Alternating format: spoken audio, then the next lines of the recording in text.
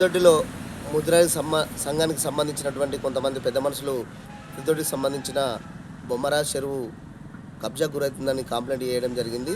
దీన్ని మేము తీవ్రంగా ఖండిస్తున్నాం. ఈ బొమ్మరాజ్ చెరువులో ఉన్నటువంటి భూములన్నీ కూడా పట్టా భూములు మాత్రమే. పారంపో భూమి అని గవర్నమెంట్కి సంబంధించిన భూమి, సెంటు భూమి కూడా ఈ బొమ్మరాజ్ చెరువులో లేదు. ఈ చెరువు నిండడం వల్ల మా పట్టా భూములన్నీ మునిగిపోయి ఒక్క పంట కూడా పండే అవకాశం లేదు.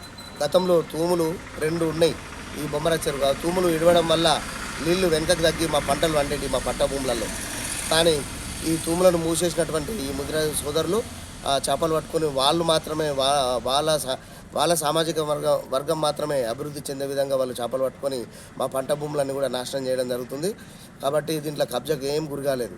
గతంలో తీసుకున్నట్టయితే ఈ మత్స్యకార సంఘంలో మెంబర్షిప్ ఉన్నటువంటి పెద్ద చెరువు ప్లస్ బేసముద్రం ఈ చెరువులలో మాత్రమే చేపలు పట్టుకునే అవకాశం ఉంటుంది.